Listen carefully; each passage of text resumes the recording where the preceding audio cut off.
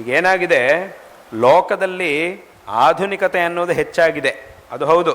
ಮತ್ತು ಅನೇಕ ವಿಧವಾದಂತಹ ಸೌಕರ್ಯಗಳು ಬಂದಿದೆ, ಅದೆಲ್ಲ ಹೌದು. ಆದರೆ ದುಃಖ ಮಾತ್ರ ಏನು ಕಡಿಮೆ ಆಗಿಲ್ಲ, ದುಃಖ ಅನ್ನೋದಿದ್ದೇ ಇದೆ.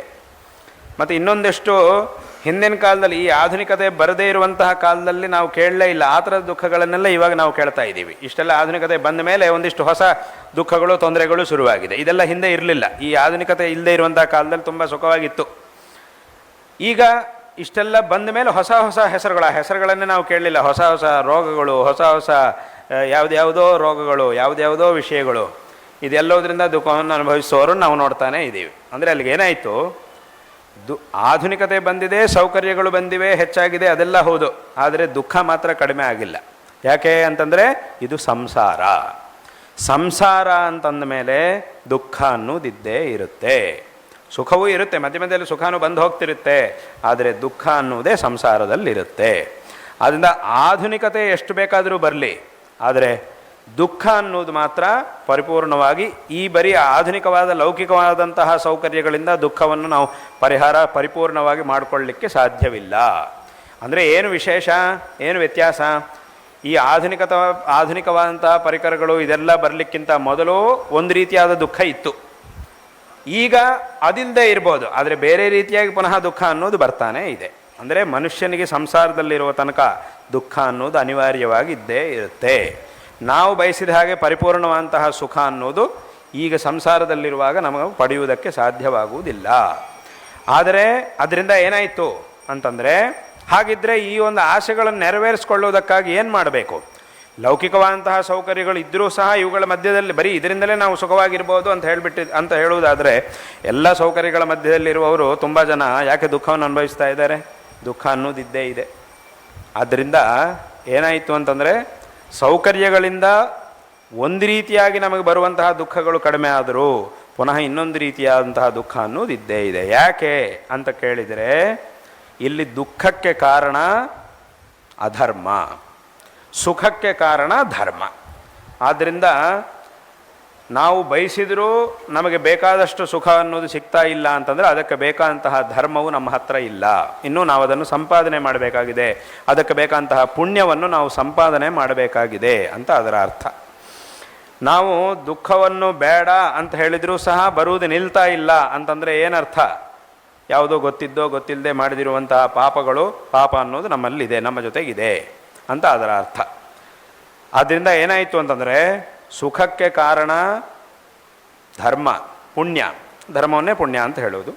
ದುಃಖಕ್ಕೆ ಕಾರಣ ಅಧರ್ಮವನ್ನೇ ಪಾಪ ಅಂತಲೂ ಹೇಳೋದು.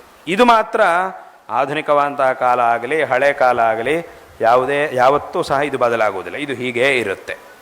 ಆದ್ದರಿಂದ ಮನುಷ್ಯ ನಿಜವಾಗಲೂ ಸುಖವನ್ನು ಪಡೆಯಬೇಕು ಅಂತಂದರೆ ಸೌಕರ್ಯಗಳನ್ನೆಲ್ಲ ಪಡಿಬೇಕಾದ್ದು, ಪುಣ್ಯವನ್ನು ಪಡಿಬೇಕು, ಪುಣ್ಯವನ್ನು ಸಂಪಾದನೆ ಮಾಡಬೇಕು.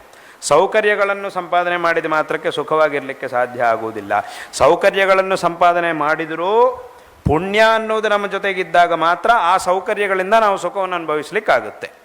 ಒಂದು ವೇಳೆ ಪುಣ್ಯವು ನಮ್ಮ ಜೊತೆಗಿಲ್ಲ ಅಂತಂದರೆ, ಈಗ ಹೇಳಿದಂತೆ ಅನೇಕ ಸೌಕರ್ಯಗಳ ಮಧ್ಯದಲ್ಲಿದ್ದರೂ ಸಹ ನಾವು ದುಃಖವನ್ನೇ ಅನುಭವಿಸಬೇಕಾಗಿ ಬರುತ್ತೆ. ಅದಕ್ಕೆ ಬೇಕಾದಷ್ಟು ಉದಾಹರಣೆಗಳು ಲೋಕದಲ್ಲಿ ಇದ್ದೇ ಇದೆ. ಅವು ಬೇಕಾದಷ್ಟು ಎಲ್ಲ ವ್ಯವಸ್ಥೆಗಳು, ಯಾವುದೂ ವ್ಯವಸ್ಥೆ ಅವರಿಗಿಲ್ಲ ಅಂತಿಲ್ಲ, ನೋಡ್ತಿದ್ದೀವಿ ಲೋಕದಲ್ಲಿ. ಆದರೆ ಬೇರೆ ಬೇರೆ ರೀತಿಯಂಥ ದುಃಖಗಳನ್ನು ಅನುಭವಿಸ್ತಾನೆ ಇರ್ತಾರೆ. ಆದ್ದರಿಂದ ನಾವು ಸಂಪಾದನೆ ಮಾಡಿರುವಂತಹ ಸೌಕರ್ಯಗಳಿಂದ ಸುಖವನ್ನು ಅನುಭವಿಸಬೇಕು ಅಂತಂದರೆ ಮಾತ್ರ ಪುಣ್ಯ ಅನ್ನೋದು ಇರಲೇಬೇಕು. ಅದಿಲ್ಲದೆ ನಾವು ಇದನ್ನು ಅನುಭವಿಸಲಿಕ್ಕೆ ಸಾಧ್ಯ ಇಲ್ಲ, ಸುಖವನ್ನು. ಅದೇ ರೀತಿ ಯಾವುದೇ ವಿಧವಾದಂತಹ ಸೌಕರ್ಯಗಳಿಲ್ಲದೆ ಇದ್ದರೂ ಆ ಪುಣ್ಯ ಅನ್ನೋದು ನಮ್ಮ ಜೊತೆಗಿದೆ ಅಂತಂದರೆ ನಾವು ಎಲ್ಲಿದ್ದರೂ ಸಹ ಸುಖವಾಗಿ ಜೀವನವನ್ನು ಮಾಡಲಿಕ್ಕೆ ಸಾಧ್ಯ ಆಗುತ್ತೆ. ಆದ್ದರಿಂದ ಏನಾಯಿತು ಅಂತಂದರೆ, ಪ್ರತಿಯೊಬ್ಬ ಮನುಷ್ಯನೂ ಬಯಸುವಂತಹ ಸುಖಕ್ಕೆ ಕಾರಣ ಧರ್ಮ. ಪ್ರತಿಯೊಬ್ಬರೂ ಸಹ ದ್ವೇಷಿಸುವಂಥ, ಅಂದರೆ ಬೇಡ, ನನಗಿದು ಬೇಡ ಅಂತ ಯಾವುದನ್ನು ಕುರಿತು ಯಾವುದನ್ನು ಹೇಳ್ತಾರೋ ಅಂದರೆ ದುಃಖ, ಅದಕ್ಕೆ ಕಾರಣ ಅಧರ್ಮ. ಹಾಗಾಗಿ ಏನಾಯಿತು ಅಂದರೆ ಅಧರ್ಮ ಪಾಪ. ಹಾಗಾಗಿ ಏನಾಯಿತು ಅಂತಂದರೆ, ಹಳೆ ಕಾಲ ಇರಲಿ, ಈಗ ಆಧುನಿಕವಾದ ಕಾಲ ಇರಲಿ, ಇನ್ನೊಂದು 1000 ವರ್ಷಗಳಾಗಲಿ, ಎಲ್ಲಿ ತನಕ ನಮಗೆ ಈ ಆಸೆಗಳು ಅನ್ನೋದಿರುತ್ತೋ ಅಲ್ಲಿ ತನಕ ಧರ್ಮವು ಅಧರ್ಮ, ಪುಣ್ಯ ಪಾಪ ಇದೆಲ್ಲವೂ ಇದ್ದೇ ಇರುತ್ತೆ. ಇದು ಎಲ್ಲಿಗೂ ಸಹ ಹೋಗುವುದಿಲ್ಲ. ಯಾಕಂದರೆ ಈಗ ಹೇಳಿದಂತೆ ಧರ್ಮಕ್ಕೂ ಸುಖಕ್ಕೂ ಸಂಬಂಧ, ಅಧರ್ಮಕ್ಕೂ ದುಃಖಕ್ಕೂ ಸಂಬಂಧ. ಈ ಮಧ್ಯದಲ್ಲಿ ಆಧುನಿಕತೆ ಬರದೇ ಇರಲಿ, ಆ ಸಂಬಂಧ ಅನ್ನೋದು ಅದಿದ್ದೇ ಇರುತ್ತೆ. ಈಗ 100 ವರ್ಷಗಳ ಹಿಂದೆ ಯಾವುದೇ ಆಧುನಿಕವಾದಂತಹ ವ್ಯವಸ್ಥೆಗಳಿಲ್ಲದೆ ಇರುವಂತಹ ಕಾಲದಲ್ಲೂ ತುಂಬ ಸುಖವಾಗಿದ್ದಂತಹ ಮನುಷ್ಯರು ಇದ್ದರು, ತುಂಬ ದುಃಖವನ್ನು ಅನುಭವಿಸುವ ಮನುಷ್ಯರು ಇದ್ದರು. ಈಗ ಇಷ್ಟೆಲ್ಲ ಸೌಕರ್ಯಗಳ ಮಧ್ಯೆಯಲ್ಲೂ ತುಂಬ ಸುಖವಾಗಿರುವವರು ಇದ್ದಾರೆ, ದುಃಖವನ್ನು ಅನುಭವಿಸುವವರು ಇದ್ದೇ ಇದ್ದಾರೆ. ಅದು ಮಾತ್ರ ಬದಲಾಗಲಿಲ್ಲ. ಆ ದುಃಖ ನಮಗೆ ಸಿಗುವಂತಹ ಮಾರ್ಗಗಳು ಬದಲಾಗಿರ್ಬೋದು. ಹಿಂದಿನ ಕಾಲದಲ್ಲಿ ಒಂದು ರೀತಿಯಾದ ದುಃಖ ಬರ್ತಾ ಇತ್ತು, ಈಗ ಅದಿಲ್ಲದೆ ಇರ್ಬೋದು. ಈಗ ಬೇರೆ ರೀತಿಯಾಗಿ ದುಃಖ ಅನ್ನೋದು ಬರ್ತಾನೆ ಇದೆ, ಅದು ಮಾತ್ರ ನಿಲ್ಲಿಲ್ಲ. ಇದಕ್ಕೆ ಬೇಕಾದಷ್ಟು ಉದಾಹರಣೆಗಳು ಲೋಕದಲ್ಲಿದೆ. ಆದ್ದರಿಂದ ಈ ಆಧುನಿಕ ಕಾಲ, ಹಳೆಯ ಕಾಲ ಅನ್ನೋದ್ರ ಜೊತೆಗೆ ಧರ್ಮಕ್ಕೂ ಸಂಬಂಧ ಇಲ್ಲ. ಧರ್ಮ ಅನ್ನೋದು ಯಾವಾಗಲೂ ಒಂದೇ ರೀತಿಯಾಗಿರುತ್ತೆ, ಅದು ಮಾತ್ರ ಯಾವತ್ತೂ ಸಹ ಬದಲಾಗುವುದಿಲ್ಲ.